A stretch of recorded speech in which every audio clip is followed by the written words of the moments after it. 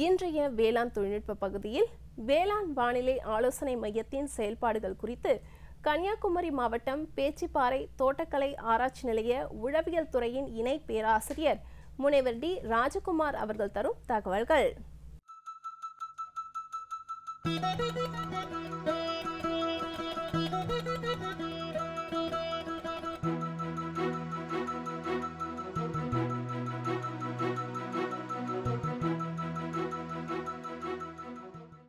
கன்னியாகுமரி மாவட்டம் அதிக மழை பொழிவு பெறும் மாவட்டம். இந்த மாவட்டத்தின் சார்பாக இங்கே ஒரு வேளாண் வானிலை ஆராய்ச்சி நிறுவனம் செயல்பட்டு வருகிறது. இந்திய வானிலைத்துறை மற்றும் தமிழ்நாடு வேளாண்மை பல்கலைக்கழகம் இணைந்து இந்த வேளாண் வானிலை ஆராய்ச்சி மையத்தை நடத்தி வருகின்றன. எல்லோருக்கும் தெரிந்தது, விவசாயமும் தட்பவெப்பநிலையும் ஒன்றுக்கொன்று சம்பந்தப்பட்டது, நேரடி தொடர்புடையவை.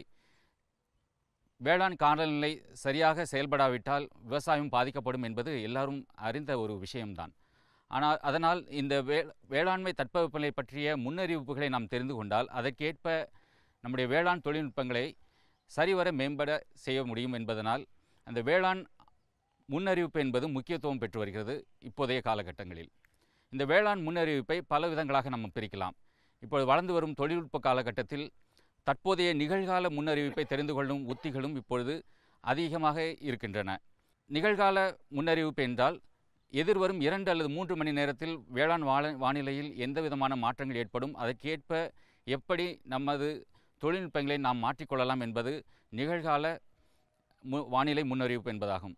இது தவிர குறுகிய கால, மிக குறுகிய கால, மத்திய கால மற்றும் நீண்டகால முன்னறிவிப்புகளும் வேளாண் முன்னறிவிப்புகளும் இப்பொழுது இருக்கின்றன. இந்த நீண்டகால முன்னறிவிப்பு என்பது ஒரு காலங்களை அல்லது ஒரு பருவத்திற்கு ஏற்ற பயிர்களை நாம் மாற்றி அமைப்பதற்கோ அல்லது அதற்கேற்ற தொழில்நுட்பங்களை நாம் மாற்றி அமைப்பதற்கோ ஏதுவாக உபயோகமாக இருக்கும். மிக குறுகிய காலம் என்பது 2 அல்லது 3 நாட்களுக்குள் நமது வானிலையில் எந்த விதமான மாற்றங்கள் ஏற்பட போகின்றன, மழைப்பொழிவு எப்படி இருக்கப் போகிறது, மேகமூட்டம் எப்படி இருக்கப் போகிறது, நமது தட்பவெப்பநிலை எப்படி இருக்கப் போகிறது என்பதை உணர்ந்து கொண்டு அதற்கேற்ப நம்முடைய தொழில்நுட்பங்களை நாம் மாற்றி அமைத்துக் கொள்ளலாம். எப்படி அமைத்துக் கொள்ளலாம் என்பது எல்லோருக்கும் ஒரு கேள்வியாகவே இருக்கும். விவசாயம் சார்ந்த எல்லா தொழில்நுட்பங்களும் ஏதாவது ஒரு விதத்தில் தட்பவெப்பநிலையோடு தட்பவெப்பநிலை காரணிகளோடு தொடர்புடையதாகத்தான் இருக்கும்.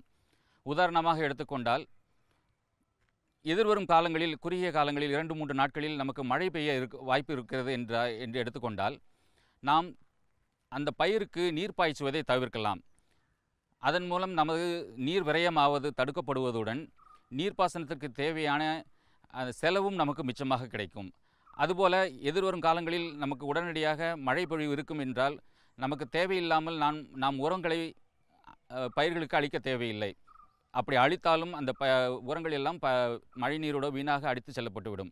எனவே இது போன்ற காரணிகளை நாம் தவிர்த்து விடுவது சிறந்ததாக இருக்கும். எனவே குறுகிய கால வேளாண் வானிலை முன்னறிவிப்பு நமது விவசாயிகளுக்கு மிகவும் பயனுடையதாக இருக்கும்.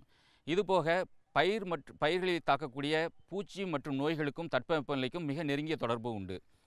உதாரணமாக, அதிகப்படியான வெப்பநிலை நிலவும் காலங்களில் பயிர்களில் சாறு உண்ணும் பூச்சிகளின் தாக்கம் அதிகமாக இருக்கும்.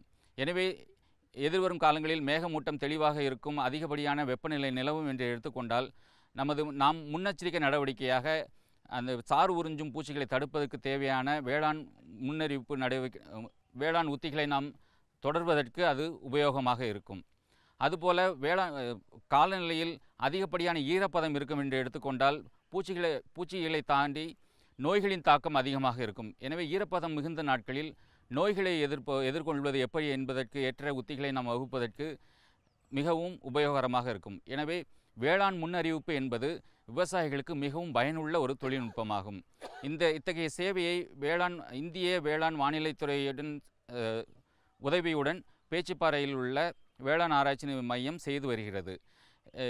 வாரத்தில் 2 நாட்கள், செவ்வாய் மற்றும் வெள்ளிக்கிழமைகளில் இத்தகைய வேளாண் முன்னறிவிப்பும் அது சார்ந்த வேளாண் தொழில்நுட்பங்களும் விவசாயிகளுக்கு வழங்கப்பட்டு வருகின்றன. இதற்காக பிரத்யேகமாக உழவன் செயலி மற்றும் மெகுதூத் என்ற செயலி மூலமாக விவசாயிகளுக்கு கன்னியாகுமரி மாவட்டத்தில் உள்ள 9 தாலுகாக்களும் இந்த வேளாண் முன்னறிவிப்பும் அது சார்ந்த தொழில்நுட்பங்களும் விவசாயிகளுக்கு வழங்கப்பட்டு வருகிறது.